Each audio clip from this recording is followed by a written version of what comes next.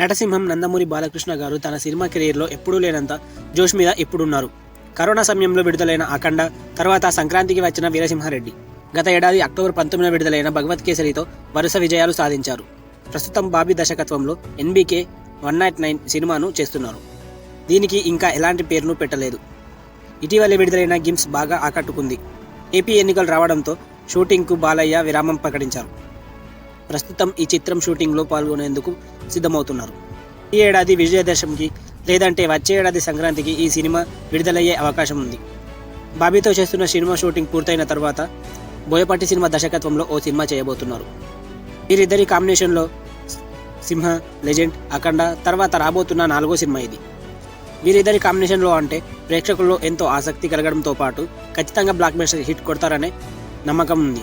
వాస్తవానికి తెలుగులోని సీనియర్ హీరోల్లో పారితోషికం పరంగా అందరికీ అందుబాటులో ఉండే హీరో బాలకృష్ణ గారు.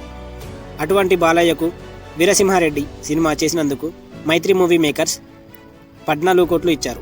తర్వాత చేసిన భగవత్ కేసరి చిత్రానికి నిర్మాతలు 18 కోట్లు ఇచ్చారు. సితారా బ్యానర్పై నిర్మితమవుతున్న బాబీ సినిమా చేసినందుకు నిర్మాతలే బలవంతంగా బాలయ్యకు పారితోషికాన్ని 30 కోట్లకు తీసుకొచ్చారు.